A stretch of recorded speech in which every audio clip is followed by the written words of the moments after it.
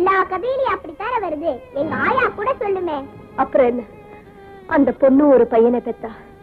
நல்ல மனசு படைச்ச ஒரு பெரிய மனுஷன் அந்த பையனை தன் பேரனா ஏத்துக்கிட்டாரு. அந்த பொண்ணுக்கும் படிப்பை கொடுத்து பெரிய டாக்டர் ஆக்கிட்டாரு. உங்க கதையோட முடிவு என்ன டாக்டர்? என் கதையா? அதான் நீங்க படிச்ச கதையை சொல்றேன். ஓ, நான் இது வரைக்கும் தாமா படிச்சிருக்கேன். கதையும் இன்னும் முடியல, முடிவும் தெரியல. தெரிஞ்ச உடனே சொல்றீங்களா? முடிஞ்ச உடனே சொல்றேன். வா, இப்ப ரூமுக்கு போலாம். நல்லா தூங்கணும். நான் தூங்குறேன், நீங்களும் கதையை நினைச்சிட்டு கவலைப்படாம தூங்கணும். வா. அம்மா,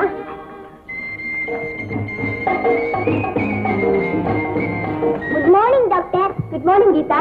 நான் வரது எப்படி தெரிஞ்சுக்கிட்டேன்? எனக்கு கண்ணுதான் இல்ல டாக்டர், ஆனா காது இருக்கு. நீங்க நடந்து வர்ற சத்தத்தை வச்சு கண்டுபிடிச்சிருவேன். அப்படிங்களா? ஆமா, இன்னைக்கு என்ன பிரசன்டேஷன்? இதோ உனக்கு பால் சொன்னேன். Thank you doctor. கீதா, அப்பா, கீதா கண்ணா, கீதா கண்ணே, பாட்டி வந்திருக்கேன் பாரு.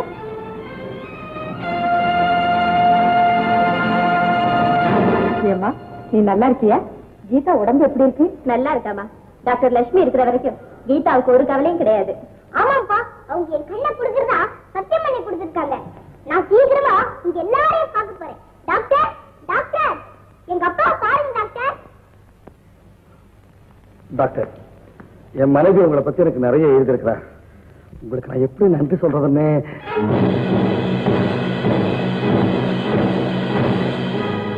அப்பா, அப்பா, நான் உங்களுக்கு ஒரு முக்கியமான விஷயம் சொல்ல போறேன்.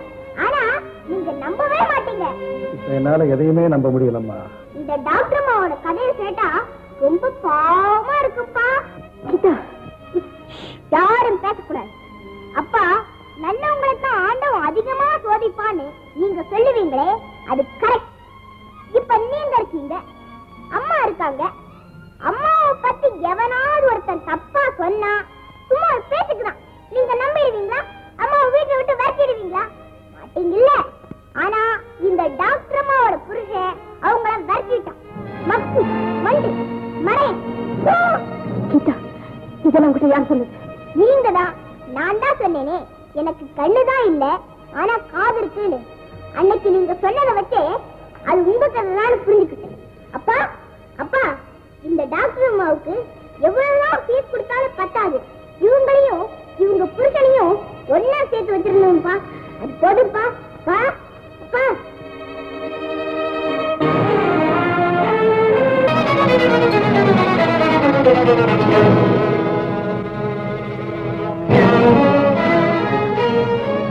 அண்ணா, எப்படி டாக்டர் ஆனே?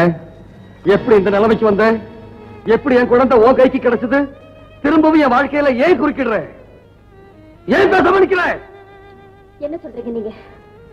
நான் அண்ணம் இல்ல, I am doctor Lakshmi, I specialist. நான் யாருன்னு உனக்கு தெரியாது? தெரியும். என் பேஷண்ட் கீதாவோட ஃபாதர் மிஸ்டர் ராஜான்னு தெரியும். அண்ணா, ஏன் இப்படி மறைக்கிற? ஏன் இப்படி நாடகம் ஆடுற? நீ என் மனைவியே தான். இல்லைங்க, உங்களுக்கும் எனக்கும் எந்த தொடர்பும் எந்த காலத்திலயும் இல்லை.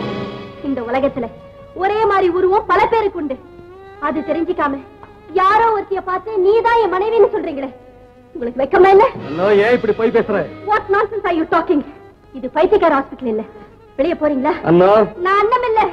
Please go out. Doctor Lakshmi, I am leaving. I am sorry.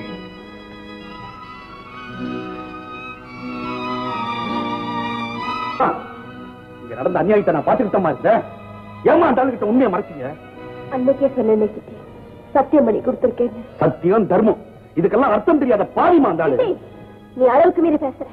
என்ன இருந்தாலும் அவரை கடவுள். கணவனே கண்கண்ட தெய்வம்னு வீட்டுக்கு ஒரு தெய்வத்தை உண்டாக்குறதுனால்தான் தெய்வத்துக்குள்ள மதிப்பே போயிடுச்சுமா. அவர் மேல தவறு இருக்கலாம், ஆனா இதுக்கெல்லாம் யார் காரணம்? நீதானே. நீதானே என் மேல இல்லாத பழியெல்லாம் சுமத்துன. உண்மைதான், நான் தான் பழியெல்லாம் சுமத்தேன். ஆனா அது அப்படியே நம்புறதுதான் கணவனுக்கு அழகா? உண்மை எது பொய் எதுன்னு அழைச்சு பார்க்கிற அறிவு வேண்டாமா? தெருவுல போறவன் எடுக்கிற வாந்தி எல்லாம் வேத வாக்குன்னு நினைச்சா இந்த உலகத்துல ஒரு குடும்பம் கூட உருப்படியா வாழவே முடியாது. உங்க புருஷன் உங்களுக்கு குடும்பம் செஞ்சாரே, அதுக்கு பழிக்கு பழி வாங்கறதுக்கு ஆண்டவன் சரியான சந்தர்ப்பத்தை கொடுத்திருக்கான். தெரிஞ்சோ தெரியாமலையோ அந்த ஆள் குழந்தை உங்ககிட்ட இருக்கு. அந்த குழந்தைக்கு கண் பார்வையே வரக்கூடாது.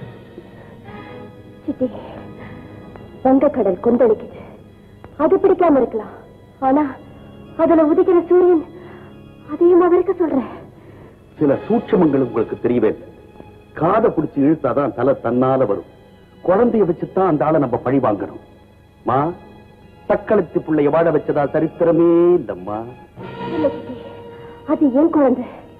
குழந்தையோட கண்ணை கெடுக்கிறதும் கடவுள் சிலையை உடைக்கிறதும் ஒண்ணுப்பா. அதுவா உங்க குழந்தை? உங்க வாழ்க்கையில நெருப்பள்ளி கொட்டாரே அவருடைய வாரிசுமா.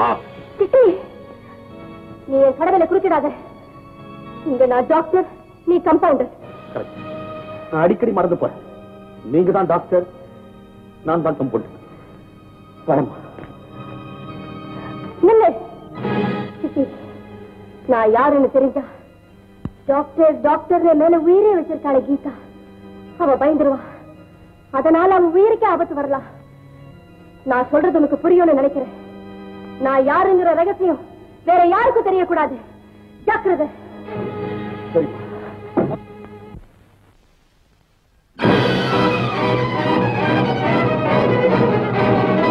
அம்மா, என்ன சொல்றீங்க? அவ அறந்தானா? ஆமா, அவ என் மருமக அண்ணன் தான். மகன் தாயை ஏமாத்தலாம், ஆனா உன்னை ஒரு கால உலகத்தை ஏமாத்தவே முடியாது. இப்ப வாது சொல்லு, அவ செத்துட்டதானே என்கிட்ட எதுக்காக போய் சொன்னேன்? அவ ஒரு கொலைகாரி, அது உங்களுக்கு தெரிய வேண்டாங்கிறதுக்காக சொல்லல. அவ யார கொலை செய்தான்? சித்தின்னு ஒரு கெட்டவரை. அவன் சாகலப்பா. அம்மா, அவனும் உயிரோட தான் இருக்கான். எங்கம்மா? எங்க? அதே ஹாஸ்பிட்டல்ல தான். அவனும் அண்ணமும் பேசிக்கிட்டு இருந்ததுல இருந்துதான் எனக்கு இந்த உண்மையே தெரிஞ்சது. அப்படின்னா உண்மையாவ ஏன் என்கிட்ட மறைச்சா? நிரபராதின்னு நிரூபிச்சு இந்த வீட்டுக்குள்ள வர்றதுக்கு ஏன் அவ தயங்கினா? அவ வாழ விரும்பல. அதோட இனி நம்மையும் நிம்மதியா வாழ விட மாட்டான்னு தான் நான் நினைக்கிறேன். அம்மா, என்னம்மா சொல்றீங்க? ஒரு பெண்ணினுடைய உள்ளம் இன்னொரு பெண்ணுக்கு தான் தெரியும். தம் வாழ்வை தட்டி பறிச்சவளுடைய வாரிசை எந்த பெண்ணு வாழ வைக்க மாட்டான். அம்மா, இப்ப நான் என்ன செய்யணும் சொல்லுங்க. உடனே போய் கீதாவை அழைச்சிட்டு வா. அவ குருடியா இருந்தாலும் பரவாயில்லை, ஆனா அவ உயிரோட இருக்கணும். போதிக்கிறோம்.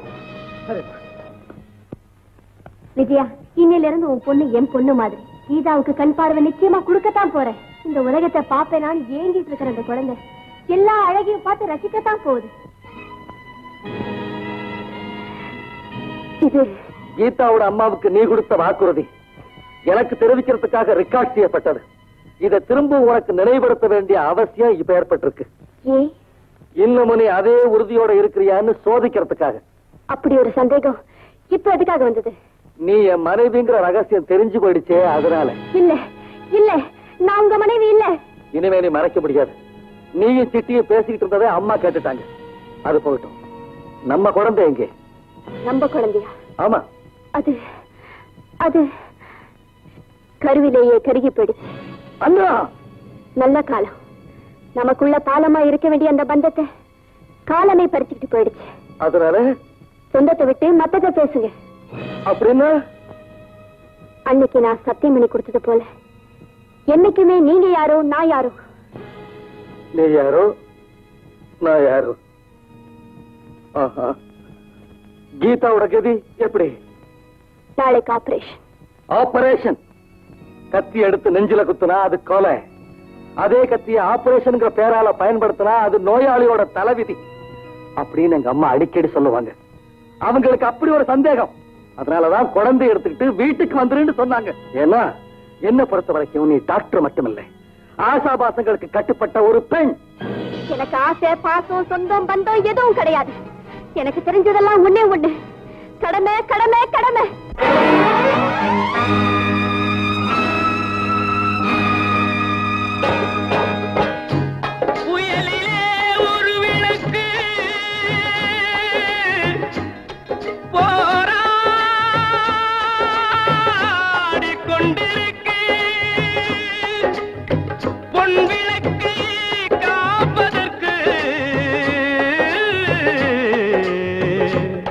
நமக்குள் ஏன் வழக்கு?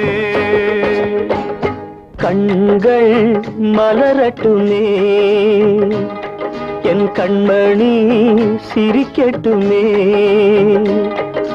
நான் பார்த்த பிள்ளை என்னை பார்க்க வேண்டும், நான் பார்த்த பிள்ளை என்னை பார்க்க வேண்டும்.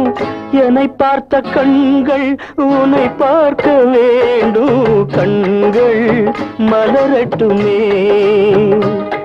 என் கண்மணி சிரிக்கட்டுமே.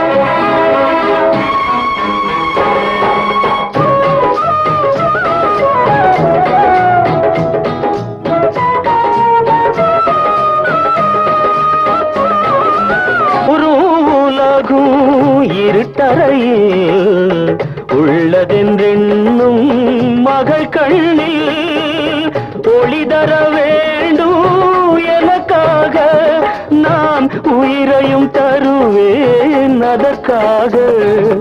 கண்கள் மலரட்டுமே,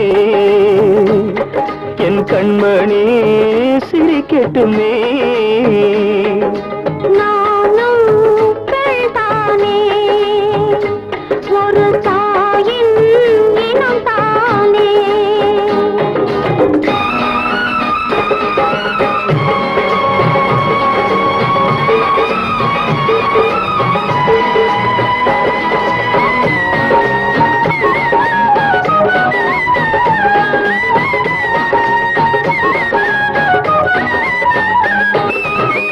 அன்றொரு நாள் நான் ஒளியேற்றும் அகல் விளக்காக நீ இருந்தாய்.